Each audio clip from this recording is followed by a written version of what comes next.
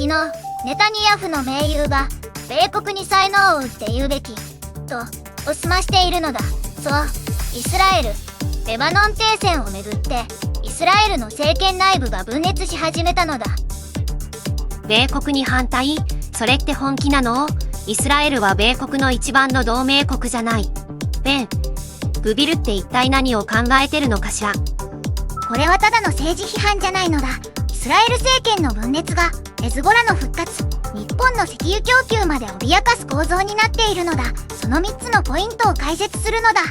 イスラエルの国家安全保障大臣ベン・グビルだ。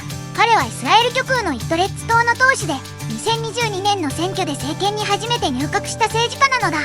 極右大臣というとイメージだけじゃなくて実際に何をやってる人なのかしら。ベン・グビルはガザとウェストバンクは完全なイスラエル領だ、和平交渉には応じないという強硬派の下がりを敷地の母としているのだ。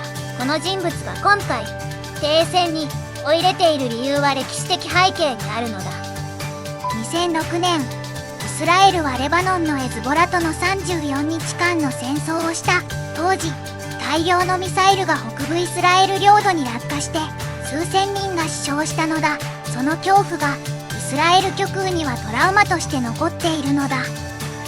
だから停戦を間違い時計上を可能んてるわけね。でも米国が和平を仲介しているんでしょう。イスラエルが反対できる立場なのかしら。ここが重要なのだ。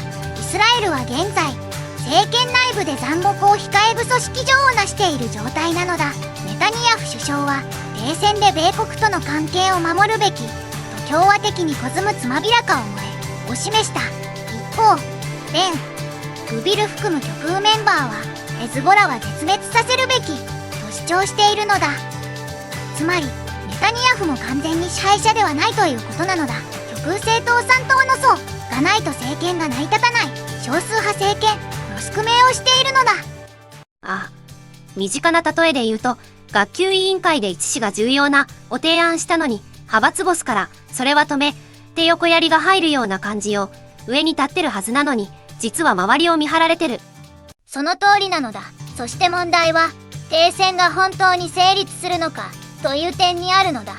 ベン・グビルが反対を表明いたことで政権内の不気味音が国際交渉を複雑にしているのだ。ヘズボラは年間3000発以上のロケット弾を保有している。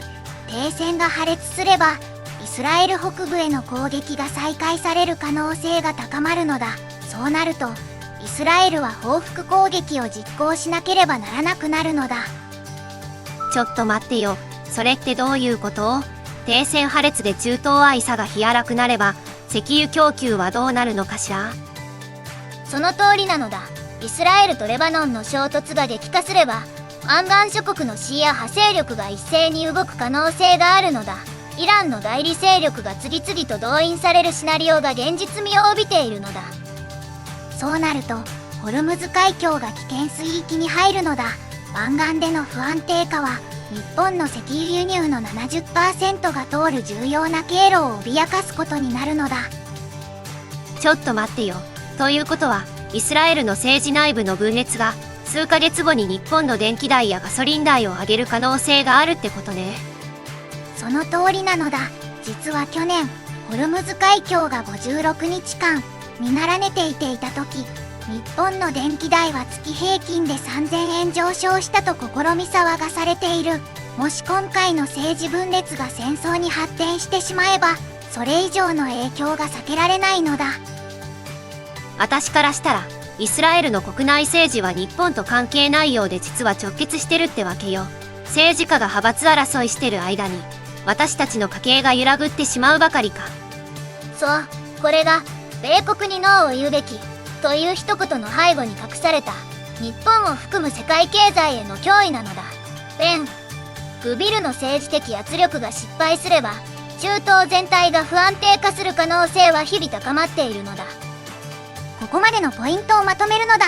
ベン・グビルの反対声明はイスラエル政権の分裂を象徴している。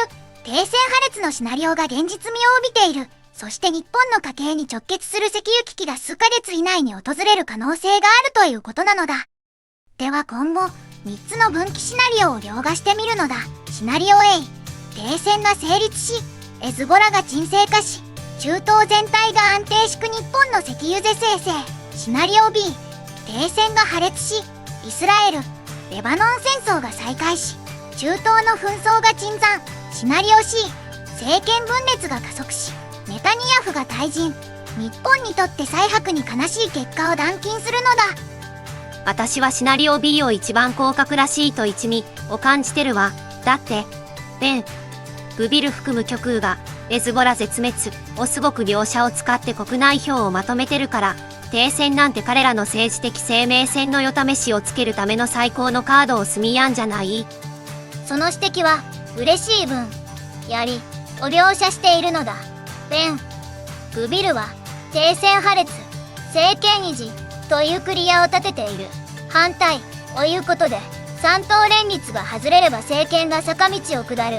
だからこそ今期先数週間が世界筋の決め筆になりうると他の監視は告げるのだ。明日はこのイスラエル政治の続報を扱うのだ。ネタニヤフが実際に政権を維持できるのか、極右メンバーはどう動くのか、中東紛争の先にある日本への波及を見ていく。チャンネル登録で明日の海外ニュース解説を見逃さないでほしいのだ。海外ニュースを日本の生活で読み解くずんだもん海外ニュースなのだ。また明日なのだ。